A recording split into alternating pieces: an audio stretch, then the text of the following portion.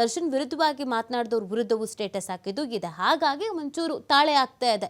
May be ಇದು ರಮ್ಯಂಗೆ taunt ಮಾಡಿರ್ಬೋದೇನೋ, ರಮ್ಯಾಗೆ ಬೇಕು ಅಂತ ಹಾಕಿದ್ದೇನೋ ಅನ್ನೋ ಪ್ರಶ್ನೆ ಹುಟ್ಕೊಳ್ತಾ ಇದೆ. ಅದಕ್ಕೆ ಅವರೇ ಕ್ಲಾರಿಟಿ ಕೊಡಬೇಕು.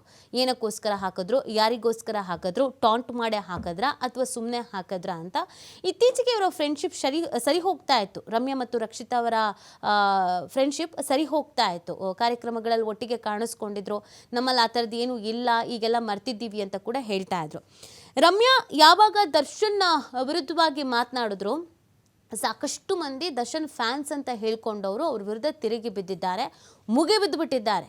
ಬಾಯಿಗೆ ಬಂದಂಗೆ ಬೈತಾ ಇದ್ದಾರೆ, ಬಾಯಿಗೆ ಬಂದಂಗೆ ಕಮೆಂಟ್ ಹಾಕ್ತಾ ಇದ್ದಾರೆ. ಎಷ್ಟು ಕೆಡ್ದಾಗಿದೆ ಕಮೆಂಟ್ಸ್ಗಳು ಅಂತಂದರೆ, ಆ ಕಮೆಂಟ್ಸ್ಗಳನ್ನು ಹಾಕಿದಾರಲ್ಲ ಅವ್ರ ಮನೆಯವರೇ ಆ ಕಮೆಂಟ್ಸ್ಗಳನ್ನು ನೋಡಿದ್ರೆ ಗಾಬರಿ ಬೀಳ್ತಾರೆ. ನಾನು ಬೆಳೆಸಿದ ಮಗ, ನನ್ನ ಮಗ ಈ ಥರ ಕೆಡ್ದಾಗಿ ಕಮೆಂಟ್ ಹಾಕಿದ್ದಾನ ಅಂತ, ಅಥವಾ ನನ್ನ ಅಣ್ಣ, ನನ್ನ ತಮ್ಮ ಇಷ್ಟು ಕೆಡ್ದಾಗಿ ಬೇರೆ ಹೆಣ್ಮಕ್ಳ ಜೊತೆಗೆ ಬಿಹೇವ್ ಮಾಡ್ತಾನ ಅಂತ, ಅಥವಾ ತನ್ನ ಗಂಡ ಇಷ್ಟು ಕೆಟ್ಟದಾಗಿ ಈ ಥರ ಮನಸ್ಥಿತಿ ಇದೆಯಾ ಹೆಣ್ಮಕ್ಳ ಬಗ್ಗೆ ಅಂತ ಅನಿಸುತ್ತೆ. ಅಷ್ಟು ಕೆಟ್ಟದಾಗಿ ಕಮೆಂಟ್ಗಳನ್ನು ಹಾಕಿದ್ದಾರೆ. ನೋಡಿ, ಇದು ಅವರವರ ವೈಯಕ್ತಿಕ ವಿಚಾರ. ಯಾರು ಬೇಕಾದರೂ ಯಾರ ಬಗ್ಗೆನೋ ಯಾರ ವಿರುದ್ಧವೋ ಒಂದು ನಿಲುವಿನ ಬಗ್ಗೆ ಮಾತಾಡ್ಬೋದು. ಅದು ಅವರ ತೀರಾ ವೈಯಕ್ತಿಕವಾದಂಥ ವಿಚಾರ.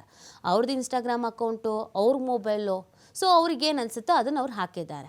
ನೀವು ರಮ್ಯನ ಪೋಸ್ಟನ್ನು ವಿರೋಧಿಸಿ ಅದಕ್ಕೆಲ್ಲರೂ ಜೈಕಾರ ಹಾಕಬೇಕು ಅಂತ ಅಲ್ಲ, ನಿಮ್ಮ ಮಾತಿಗೆ ಸಮ್ಮತಿ ಇಲ್ಲ ಅಂತ ಅಫಿಷಿಯಲ್ ಆಗಿ ಹೇಳ್ಬೋದು.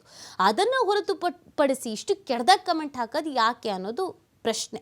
ಈ ಬಗ್ಗೆ ಮತ್ತಷ್ಟು ಮಾಹಿತಿಯನ್ನು ನೀಡ್ತಾರೆ ನಮ್ಮ ಪ್ರತಿನಿಧಿ ರಮೇಶ್. ಲೈವ್ನಿಂದ ಜಾಯ್ನ್ ಆಗ್ತಾ ಇದ್ದಾರೆ ಡೆಸ್ಕ್ನಿಂದ.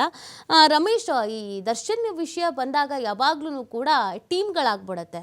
ಒಂದು ದರ್ಶನ್ ಫ್ಯಾನ್ಸ್ ಅಂತ, ಇನ್ನೊಂದು ದರ್ಶನ್ ಜೊತೆಗೆ ಇರುವ, ದರ್ಶನ್ಗೋಸ್ಕರ ಮಾತನಾಡುವ ಕೆಲವು ಸ್ಯಾಂಡಲ್ವುಡ್ನಲ್ಲಿರುವಂಥ ಅವರ ಆಪ್ತರು. ಬೇರೆ ವಿಚಾರದ ಬಗ್ಗೆ ಮಾತಾಡ್ತಾರೋ ಇಲ್ವೋ ಗೊತ್ತಿಲ್ಲ, ದರ್ಶನ್ ಪರವಾಗಿ ಅಂತೂ ಅವರು ಮುಂಚೂಣಿಗೆ ಬಂದ್ಬಿಡ್ತಾರೆ, ಮುಂಚೂಣಿಯಲ್ಲಿ ನಿಂತ್ಕೊಂಡು ಮಾತಾಡ್ತಾರೆ. ಈಗ ರಮ್ಯಾ ಮಾಡಿದಂಥ ಒಂದು ಪೋಸ್ಟ್ಗೆ ಸಾಕಷ್ಟು ರೀತಿಯಾದಂಥ ಚರ್ಚೆಗಳು ಶುರು ಆಗಿದೆ. ಸೊ ಈಗ ದರ್ಶನ್ ಪರವಾಗಿಯೇ ರಕ್ಷಿತಾ ಅವರು ಸ್ಟೇಟಸ್ ಹಾಕಿದ್ದಾರೆ ಅನ್ನೋದನ್ನು ಹೇಳಲಾಗ್ತಾ ಇದೆ. ರಮ್ಯಾಂಗ್ ಟಾಂಟ್ ಮಾಡಿದ್ದಾರೆ ಅಂತ. ಯಾಕಂದರೆ ಅದಕ್ಕೆ ಕಾರಣವೂ ಇದೆ. ಸುಮ್ಮನೆ ಈ ವಿಚಾರ ಚರ್ಚೆಗೆ ಬರಲ್ಲ, ಈ ಹಿಂದೆ ರಮ್ಯಾಂಗೂ ಮತ್ತು ರಕ್ಷಿತಂಗೂ ಆಗ್ತಿರ್ಲಿಲ್ಲ ಅಂತ. ಹಾಗಾಗಿ ಈ ವಿಚಾರಗಳು ಎಷ್ಟರ ಮಟ್ಟಿಗೆ ಚರ್ಚೆ ಆಗ್ತಾ ಇದೆ, ಒಂದು ಕಮೆಂಟ್ ಅಥವಾ ಒಂದು ಸ್ಟೇಟಸ್ ಯಾವ ರೀತಿಯಾಗಿ ವೈರಲ್ ಆಗಿದೆ? ಸುನೀತಿ, ಏನು ರಮ್ಯಾ ಅವರು ಅವ್ರಿಗೆ ಬಂದಿರತಕ್ಕಂಥ ಬ್ಯಾಡ್ ಕಾಮೆಂಟ್ಗಳ ವಿಚಾರವಾಗಿ, ದರ್ಶನ್ ಫ್ಯಾನ್ಸ್ ಅಂತ ಹೇಳಿಕೊಂಡು ಮಾಡಿರುವಂಥ ಕಾಮೆಂಟ್ಗಳ ವಿಚಾರವಾಗಿ ತುಂಬ ಸಿಟ್ಟಿಗೆದ್ದಿದ್ದಾರೆ. ಇದೇ ಕಾರಣವಾಗಿ ಇವತ್ತು ಅವರು ಲಾಯರ್ನ ಭೇಟಿ ಮಾಡ್ತಾ ಇದ್ದಾರೆ. ಸೈಬರ್ ಕ್ರೈಮ್ ಹೋಗ್ಬಿಟ್ಟು ಅಲ್ಲಿ ಒಂದು ಏನು FIR ಫೈಲ್ ಮಾಡ್ತಾರೆ. ಅದಾದ ನಂತರ ಅದನ್ನು ಮುಂದಿನ ಹಂತಕ್ಕೆ ತೆಗೆದುಕೊಂಡು ಹೋಗಬೇಕು ಅಂತೇಳಿ ಈಗಾಗಲೇ ನಿನ್ನೆಯಿಂದ ಕೂಡ ಒಂದಷ್ಟು ಚರ್ಚೆ ನಡೀತಾ ಇದೆ. ಬಂದಿರುವಂಥ ಮೆಸೇಜ್ಗಳನ್ನು ಓದಿರುವ ಅವರು ಇದು ಹಿಂದೆ ಕೂಡ ಈ ಥರ ಆಗಿತ್ತು. ಕಳೆದ ಬಾರಿ ಕೂಡ ರಮ್ಯಾ ಅವರಿಗೆ ಒಂದು ಏನು ಬ್ಯಾಡ್ ಕಾಮೆಂಟ್ಸ್ಗಳು ಬಂದಾಗ ಅವರು ಸೈಬರ್ಗೆ ಕಂಪ್ಲೇಂಟ್ ಕೊಟ್ಟು ಅಲ್ಲಿಂದ ಅವ್ರಿಗೆ ಯಾರು ಮೆಸೇಜ್ ಮಾಡಿದ್ರು ಆ ವ್ಯಕ್ತಿಯನ್ನು ಕರೆಸಿ ಅವನಿಗೆ ಬುದ್ಧಿ ಹೇಳಿ ಆತನನ್ನು ಬಿಟ್ಟು ಕಳಿಸಲಾಗಿತ್ತು.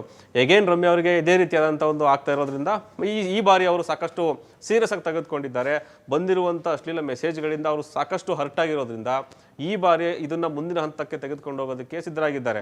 ಅವ್ರು ಹಾಕಿದಂಥ ಒಂದು ಸ್ಟೇಟ್ಮೆಂಟ್ಗೆ ಈಗ ಅದು ಸ್ವಲ್ಪ ಟರ್ನ್ ಪಡ್ಕೊಳ್ತಾರೆ. ನೀವು ಹೇಳಿದ್ರಿ, ದರ್ಶನ್ ಅವ್ರ ವಿಚಾರ ಬಂತು ಅಂದ ತಕ್ಷಣ ಒಂದಷ್ಟು ಗುಂಪುಗಳು ಉಟ್ಕೊಳ್ಳುತ್ತೆ. ದರ್ಶನ್ ಪರವಾಗಿ ಯಾವಾಗಲೂ ಅವ್ರ ಫ್ಯಾನ್ಸು ಡಿ ಬಾಸ್ ಅಂತ ಹೇಳ್ಕೊಂಡು ಒಂದಷ್ಟು ಕಮೆಂಟ್ಗಳು ಆಗ್ತಾ ಇರ್ತಾರೆ.